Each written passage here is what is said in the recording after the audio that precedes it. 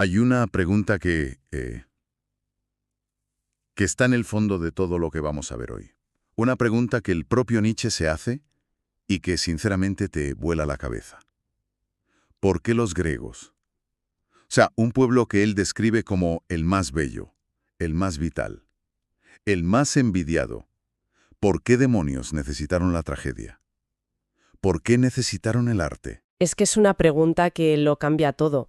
Rompe esa imagen de postal que tenemos de la antigua Grecia, ¿no? Totalmente. No es una pregunta de un historiador, es casi de un psicólogo que está auscultando el alma de una civilización entera. Pues justo ahí nos vamos a meter de lleno hoy, en la primera gran obra de Friedrich Nietzsche, El origen de la tragedia.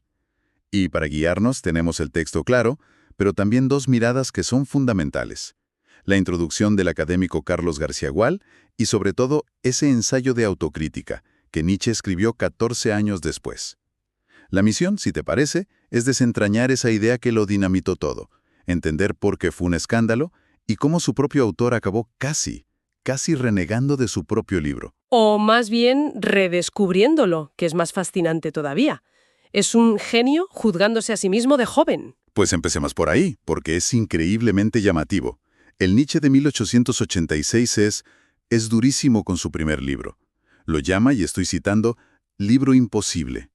Pero no para ahí. Dice, mal escrito, pesado, enojoso, erizado de imágenes forzadas, sentimental. Sentimental. Sí, es una demolición en toda regla, que lleva a alguien a masacrar así su propia obra. A ver, es la voz del Nietzsche ya maduro, ¿no? El filósofo que ha roto con todo mirando a su yo joven. Cuando escribió el libro era un prodigio, un catedrático de filología jovencísimo y lleno de pasión. 14 años después, pues es otra persona. Un pensador solitario, un dinamitero. Y su primera crítica es al estilo, por lo que veo. Sí, a la forma. Él sentía que la intuición que tuvo, que era casi musical, poética, se quedó atrapada en una prosa académica que no le hacía justicia. De ahí esa frase tan triste que escribe. La de que el alma tendría que haber cantado. Esa misma. Esta alma hubiera debido cantar y no hablar. Es que lo resume todo. O sea, tenía una canción en la cabeza y solo pudo entregar un ensayo. Pero la crítica va más allá, ¿no? No es solo la forma. No, ¿qué va? Va al fondo. Se lamenta de haber usado lo que él llama fórmulas kantianas y schopenhauerianas, ¿Y eso qué significa? Que no era original. que sentía que esas filosofías, que le influyeron mucho de joven, habían como ensuciado, desfigurado sus ideas más propias, las más nuevas. Ya. Pero el arrepentimiento más grande, el que de verdad le dolía, era otro. Él dice que cometió un pecado, haber estropeado el grandioso problema griego por la intrusión de las cosas modernas. Las cosas modernas. ¿A qué se refiere? Pues a sus propias esperanzas de ese momento. Estaba, obsesionado con la música de Richard Wagner, creía que era el renacimiento del espíritu trágico, ¿Ah? y también tenía esa idea de una regeneración del alma alemana, un poco de nacionalismo cultural. O sea que mezcló un análisis de la Grecia antigua con sus deseos para la Alemania del siglo XIX. Justo. Y con los años vio esa mezcla como una contaminación.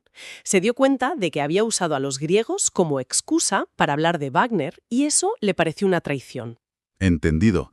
Pues hagámosle caso al Nietzsche maduro, dejemos a Wagner a un lado por ahora y vayamos a ese grandioso problema griego. Si le quitamos todo lo moderno, ¿cuál es la bomba que lanzó este joven filólogo? La tesis es una teoría dual. Él dice que la cultura griega, y sobre todo la tragedia, no nace de un impulso único hacia la belleza, como se creía. No es solo armonía y perfección. No. Nace de la lucha, de la tensión y al final de la reconciliación casi milagrosa de dos fuerzas opuestas, dos instintos primordiales. Y ahí es donde entran sus dos dioses. Ahí entran lo apolíneo y lo dionisíaco. Aquí está el corazón de todo, me parece. A ver, si tuvieras que explicar el primero, lo apolíneo, ¿cómo sería? La apolíneo. Piensa en un sueño. En los sueños, la realidad caótica coge formas claras, ¿no? Contornos, historias. Pues eso es Apolo. Es el principio del orden, de la forma, de la medida, de la belleza serena. El arte del escultor, La estatua griega perfecta. Exacto. Es el impulso que crea imágenes bellas para protegernos del caos. Es un velo, un escudo de belleza que nos permite soportar que estamos vivos. Y también es lo que nos hace sentir un yo, un individuo separado de todo lo demás. Entiendo. Un escudo estético contra el horror. Pero claro, si hay un escudo, es que hay algo terrible al otro lado. ¿Qué es eso? Eso es lo dionisíaco. Si Apolo es el sueño, Dioniso es la embriaguez, El contrario absoluto. la dismesura, la fusión con la naturaleza en una unidad salvaje. Es experimentar la verdad de la vida sin filtros, una mezcla de dolor y de placer, de creación y destrucción. Es el fondo irracional y abismal de todo. Su arte, claro, es la música. El orden contra el caos, la escultura contra la música. Y la genialidad de los griegos, entonces, fue juntarlos. Ahí está el milagro. Para Nietzsche, la tragedia ática es la cumbre del arte, porque consigue la síntesis perfecta. ¿Cómo funciona eso en el escenario? A ver, en la tragedia, el coro, con su música, su danza, eso es el corazón dionisíaco. Nos conecta con el sufrimiento, con el destino, con el horror. Pero no te lo presentan así, en crudo. Claro que no. Te lo presentan a través del filtro de Apolo. A través de la historia, los personajes. Justo. A través del mito, de los héroes, con sus diálogos medidos y bellos. El horror dionisíaco se vierte en el molde perfecto de la forma apolínea. Es el momento, como dice García Gual, en que Dioniso habla el lenguaje de Apolo y Apolo, por fin, el lenguaje de Dioniso. ¡Qué maravilla de imagen! El espectador sentía el abismo, pero salía reconfortado por la belleza. Sentía que, a pesar de todo el dolor, la vida es indestructible. Es increíble. Pero todo esto suena más a filosofía, a una revelación mística, que a la filología que se hacía entonces. Claro. ¿Cómo se tomaron esto los académicos de la época? Me imagino que no muy bien. No muy bien. Fue una bomba, un escándalo monumental. Hay que pensar en la imagen que se tenía de Grecia en el siglo XIX. La de la serenidad, la razón, la luz. Exacto. La noble sencillez y serena grandeza. Grecia era la cuna de la razón, el ideal de perfección. Y llega este chaval de 27 años y les dice que todo eso es una fachada. Una defensa psicológica para no ver un caos orgiástico y terrible. Les estaba diciendo, su ideal de serenidad es el resultado de un sufrimiento inmenso. Les rompió el juguete, destrozó el pedestal donde tenían a los griegos. ¿Y la acusación fue? Inmediata y feroz, que había abandonado el rigor científico, el método, que todo era una fantasía metafísica. Imagino que le lloverían las críticas. Le cayeron por todos lados. Hubo un joven filólogo, brillante, llamado Ulrich von Wilamowitz-Moellendorff, que publicó un panfleto que era demoledor. Ah, sí. Se titulaba Filología del futuro, burlándose de un ensayo de Wagner. Y era una refutación sarcástica y brutal. Acusaba a Nietzsche de ignorante, de charlatán. Vamos, que lo sentenció. Fue su sentencia de muerte académica. Su reputación como filólogo quedó destrozada para siempre. Sus clases se vaciaron. Lo convirtieron en un paria. Lo marcaron como a un hereje. Y su herejía no acababa ahí, porque no solo habló del origen de la tragedia, sino también de su muerte. Cierto. ¿Qué o quién la mató, según él? Le ponen nombre y apellidos al asesino. El racionalismo. Y este racionalismo tiene dos caras. En el teatro el dramaturgo Eurípides. Pero la figura clave, el que está detrás, es Sócrates. Espera. Culpar a Sócrates, el padre de la filosofía, de la muerte del arte, eso suena muy fuerte, ¿no? Es que para Nietzsche son enemigos. El optimismo socrático es el veneno que mata al espíritu trágico. Optimismo socrático. Sí, la máxima de Sócrates. La virtud es conocimiento. Si sabes lo que es bueno, lo haces. El mal es solo ignorancia. Ya. Eso implica una fe ciega en que todo se puede comprender, analizar, explicar y, por tanto, arreglar con la razón. No hay misterios, solo problemas lógicos. Y la tragedia vive del misterio, del destino, contra el que la lógica no puede nada. Has dado en el clavo. La exigencia socrática de que todo tiene que ser inteligible para ser bello es la muerte de la tragedia. Y Eurípides lleva eso al teatro. Exacto. Sus personajes ya no son mitos, Son casi psicólogos que explican por qué hacen lo que hacen en monólogos larguísimos. Intenta racionalizar el mito. Y al hacerlo, para Nietzsche, lo mata.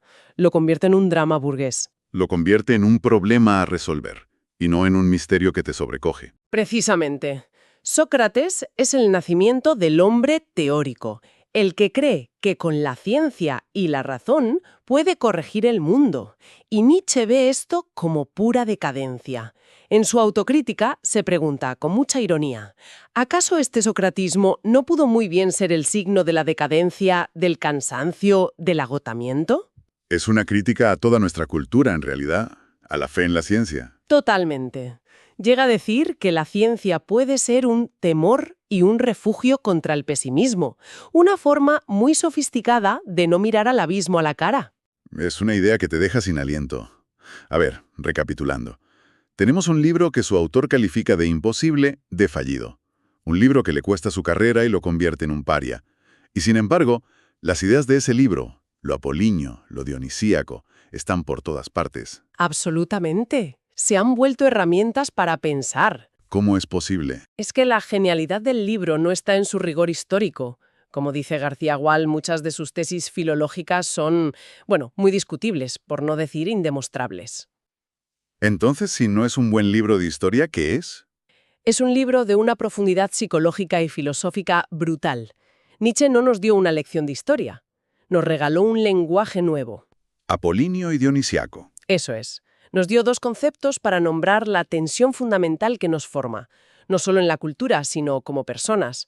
El conflicto entre nuestra necesidad de orden, de control, de belleza, y nuestra fascinación por el caos, el instinto, la pérdida de control. Esa lucha está en todas partes. En el arte, en la política, en el amor.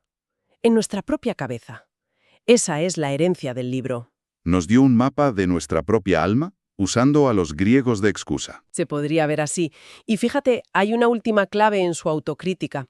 El Nietzsche maduro confiesa lo que era en realidad su libro. ¿Qué era? Una obra anticristiana. Su primer gran intento de afirmar la vida, con todo su dolor frente a una moral que para él la negaba. Por eso, al final de su vida, le pone a toda su filosofía el nombre de uno de esos dioses, la llama dionisíaca. Y esto, nos deja con una última pregunta para pensar. Una que creo que el propio Nietzsche nos lanza. Él dice que la existencia del mundo solo se justifica como un fenómeno estético. Si aceptamos eso, aunque sea por un momento, ¿qué le pasa a una cultura cuando su arte pierde esa tensión trágica? Cuando se vuelve solo entretenimiento superficial, apolíneo, o solo racional y explicativo, como quería Sócrates. Se convierte, como él tanto temía, en una cultura decadente que, por haber olvidado cómo mirar al sufrimiento a través de la belleza, ha olvidado también cómo vivir de una forma plena y profunda.